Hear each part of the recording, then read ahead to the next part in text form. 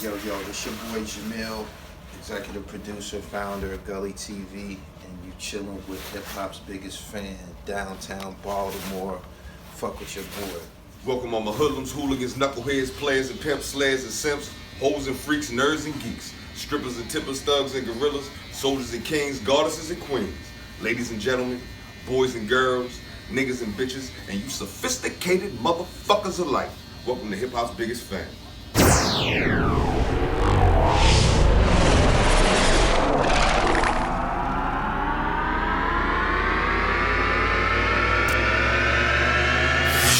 And today, we in the trenches of Trenton, New Jersey. I'm with Slick, but the real Big. Nice to meet you, sir. I appreciate the opportunity and the time. It's already, we haven't even begun the conversation, but it's already a pleasure and a treasure. I was put on to you, I want to say late last year. And my platform is Hip Hop's Biggest Fan. I be trying to consume as much content as I can, and I feel like I missed too much of yours. Doing my research, oh my God, brother.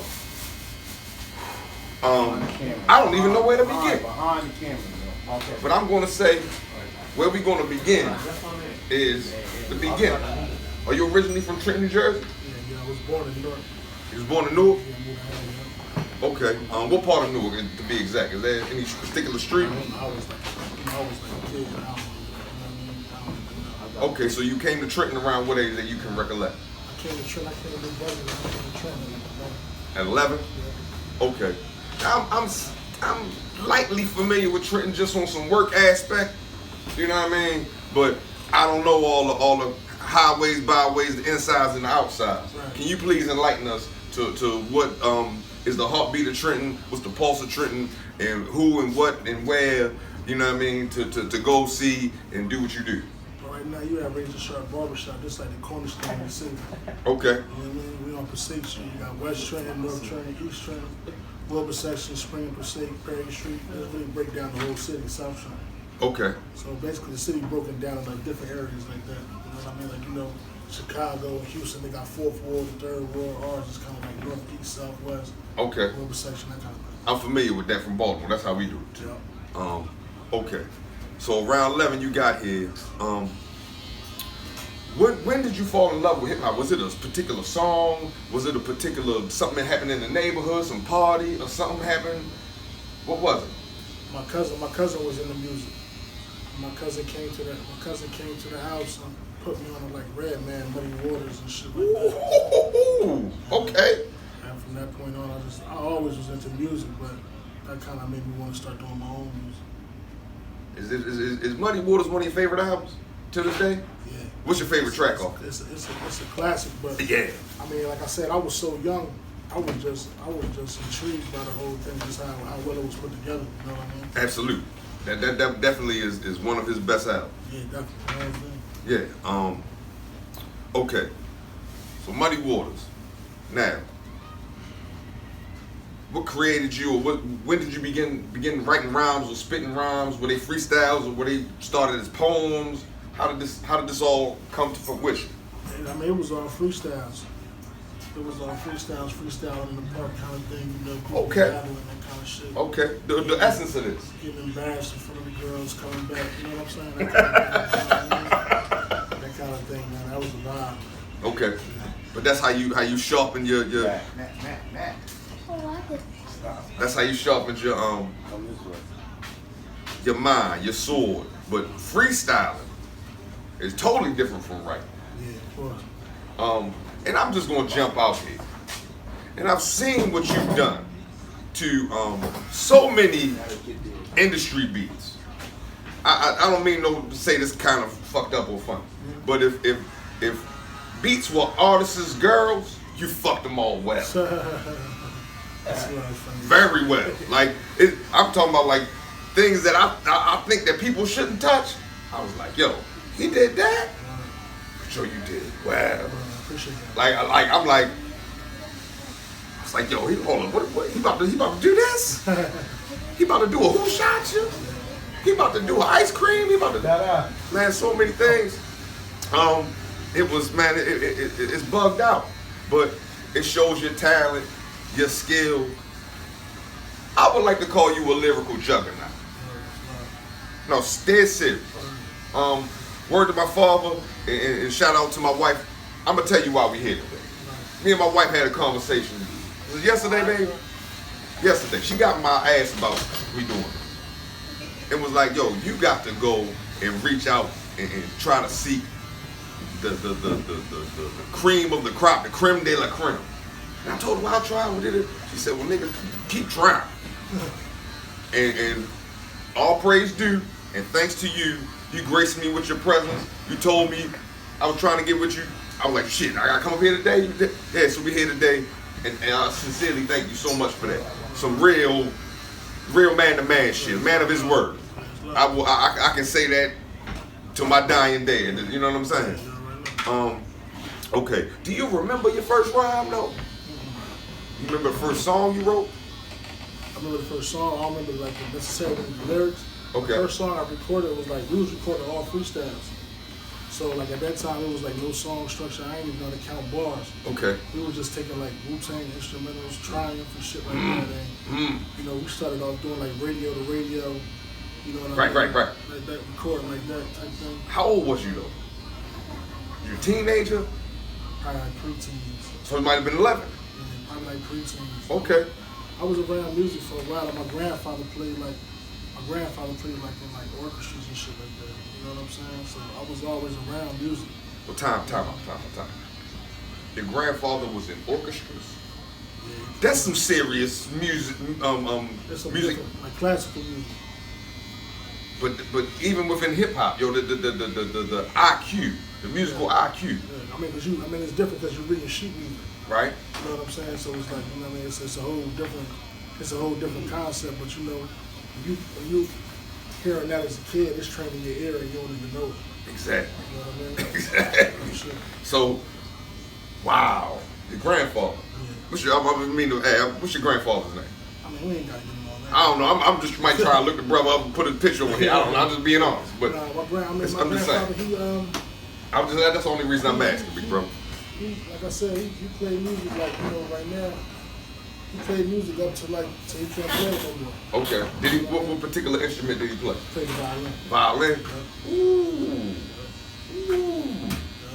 He probably would have killed that Wu-Tang reunite. you know what I'm talking about. Yeah. Okay. So, fast forward to when did you decide to really take MCing and making music serious? And what made you do it? Like, You know what? I just fell in love with creating the music, and just going to the studio became like a high for me. okay. It became like a place that I was most comfortable at. Therapeutic? Yeah. Okay. Something like that. Yeah. So it was just like I just always wanted to be there. You know what I mean? It was like it's a place for me. And I always wanted to be there. It kind of like I ain't gonna say it fell on my lap, but it was just like it was just turning to my passion. You know what I mean? It just turned into a passion. Okay. So it became a passion. Yeah. Did you ever try your hand at producing? As far as making beats, yes sir. I never actually like touched the machine. But I just sat with producers and been like, you know, take this out, add this, do this, do that. You know what I'm saying? So I'm Same difference. Like overseeing, it's producing, but it's not physically touching the machine. Yeah, same difference. You know what I mean? Yeah. Same difference. Yeah. You know, I want to clap instead of a snare. Yeah, right. Like take them drums out. Let's try some different drums. Yeah, I need some more bass. I need them boom. Producing, you just not physically touching it. Yeah. Shit Puff Daddy do. You know what I mean? Took the words out of my mouth, from your mouth to God's ears. Yeah. You know, it's just having that ear to know what I want to hear. Right.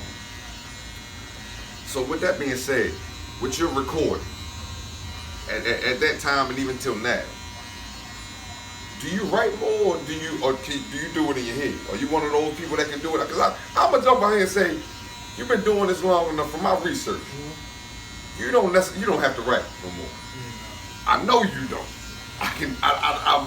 I listened. I was like, yo. Yeah. I think it just came from being in the studio.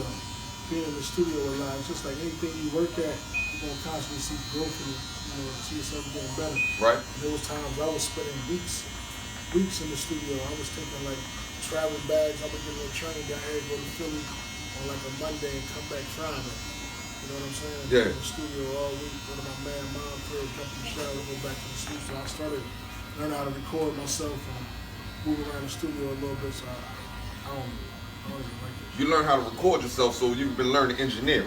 Yeah. So you know, yo, I need my voice to sound like this. You gotta change the EQ here, put a compressor on this, a gate on that. I don't know the technical terms, but I know how it's supposed to sound. Okay. You know what I'm saying? I know how I like my shit to sound. You know what I mean? Right. I can kind of direct the engineer if I never worked with him before. Okay. I tell everybody, like, the engineer, like your barber. You're not gonna let too many people cut your hair. You're not gonna let too many people record you once they master the sound. Yeah. You know what I mean? Absolutely. That's why Jay-Z stayed with Google. Yeah, because it's a marriage. You know what I'm saying? Yeah, absolutely. But though, I'm gonna ask you, I don't know if you want to share this with me. It's up to you. But is there a particular method or mechanism to the madness of being able to create a whole song without writing it down? As far as say what I'm talking. What is your method? What is the way that you actually create a song without writing it down? So you can just do it in your head. Are you willing to share that? How do you do that? Because some people don't know. I really just listen to the music. Okay. Like I try to do my music like however I'm feeling that day. So like if I'm feeling that day, that's when I try to let that song, whatever I'm working on that day, reflect the mood I'm in. So if I'm feeling good, I might just left the club, I might just left a party. I go to the studio 9 times out of 10, I probably do a record that reflect me just leaving the party. Okay, understood. If I go do something, I hear a beat that match the mood I'm in, you know what I'm saying? But we just put the beat on repeat, and I just type the engineer like, I'm ready. Oh, now I'm asking you like, okay, do you listen to the beat and then you'll like come up with 4 bars and then repeat the 4 bars in your head and come up with another 4 bars? Sometimes I come up with the hook first. Okay. And then I come up with the verse. And then sometimes I come up with the verse first and come up with the hook. You know, different songs is different ways to get it done. But for the most part, I would just put the beat, load the beat up. Like when you go through beats, if I hear a beat I like, I tell my engineer load it up. We load it up with Pro Tools and we just put it on loop. And I tap it like I'm ready. Who's your favorite producer? And whether you work with them or not, that when you hear they beat you like, yo, I would love, but whether you work with them or not, that you would love to work with or that you do work with. I tell you, some of my favorite producers is Justice League. We do a lot of Rick Ross. Ooh, yeah. And then my guys, man. Cause you heavy down Miami. Yeah, I was working with them in Atlanta though, like for a long time. Okay. But Justice League, probably like the Hitman that was doing Bad Boy stuff. You gonna make me okay? We gonna go there. Yeah. We gonna go there. I got Kanye, Just Blaze. I like that soulful shit. And them great samples. Yeah, Yeah. my vibe. Yeah. I would say because D-Dot, absolutely. You work with D-Dot.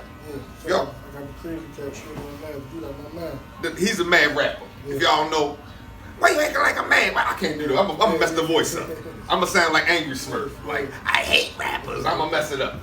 But he was the mad rapper. He worked on the Bad Boy Camp.